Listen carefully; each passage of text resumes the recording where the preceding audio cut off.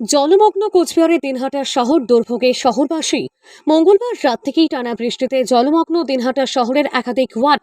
জমা জলে দুর্ভোগে সাধারণ মানুষ। প্রতি বছরই একই সমস্যায় ভুগছেন এলাকার মানুষ। প্রতিশ্রুতি মিললেও সমস্যার সমাধান হয় না। বুধবার সকাল থেকেই শহরের একাধিক ওয়ার্ড জলমগ্ন অবস্থায়। এদিন সকালে নিচের শহরের বিভিন্ন জলমগ্ন এলাকা পরিদর্শন করেন এবং পরিস্থিতি সরেজমিনে খতিয়ে দেখেন দিনহাটার বিধায়ক তথা রাজ্যের উত্তরবঙ্গ উন্নয়ন মন্ত্রী উদয়ন গুহ। তিনি দিনহাটার একাধিক রাস্তা ঘুরে দেখেন এবং স্থানীয় বাসিন্দাদের সঙ্গে কথা বলেন। তিনি জানান, প্রবল বৃষ্টির কারণে শহরের নিচু এলাকাগুলিতে জল জমেছে। প্রশাসনের পক্ষ থেকে দ্রুত জল বের করে দেওয়ার ব্যবস্থা নেওয়া হচ্ছে। কোথাও যদি নিকাশির সমস্যা থাকে তা খতিয়ে দেখা হবে। অন্যদিকে স্থানীয়দের অভিযোগ, প্রতি বছর বর্ষার সময় একই পরিস্থিতির সম্মুখীন হতে হয় তাদের। জল নিকাশির সঠিক ব্যবস্থা না থাকায় সামান্য বৃষ্টিতেই রাস্তাঘাটে হাঁটু জল জমে যায়। এর ফলে স্কুল কলেজে যাতায়াত, ব্যবসা বাণিজ্য, এমনকি দৈনন্দিন জীবনযাপনও ব্যাহত হয়। উন্নয়ন মন্ত্রী উদয়ন গুহ মন্ত্রী জানিয়েছেন, পুরো পরিস্থিতির উপর নজর রাখা হচ্ছে এবং দ্রুত প্রয়োজনীয় পদক্ষেপ গ্রহণের জন্য পৌর প্রশাসন ও ব্লক কর্তৃপক্ষকে নির্দেশ দেওয়া হয়েছে।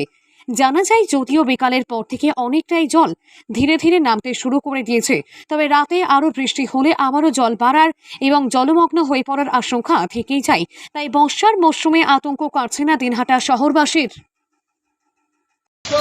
সারা রাত্রের বৃষ্টিতে দিনহাটা প্রায় জলমগ্ন, কি বলবেন?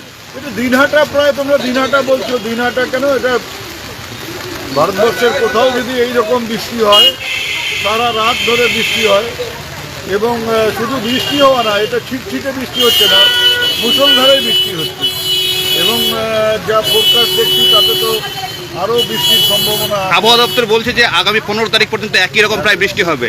তাই এই যদি বৃষ্টি চলতে থাকে তাহলে হাজার চেষ্টা করলেও সাথে সাথে জল নামানো সম্ভব হবে না।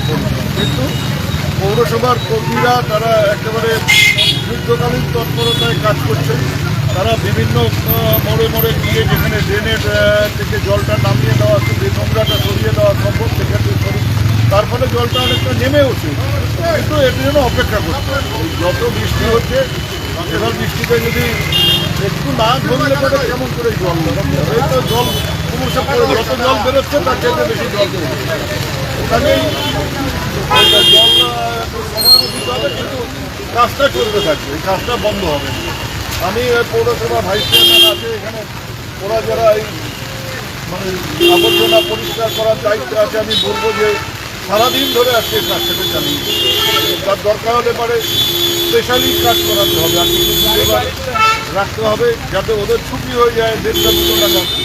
সেটাকে না করে যদি কয়েকজন লেবারকে আজকে সারাদিন রেখে দরকার হলে পরে সেই ভাইস চেয়ারম্যানকে আমি বলবো যে সেটা যেন একটা স্পেশাল টিম রাখে, তাদেরকে কীভাবে কী করানো যায়, কিন্তু সারাদিন এটা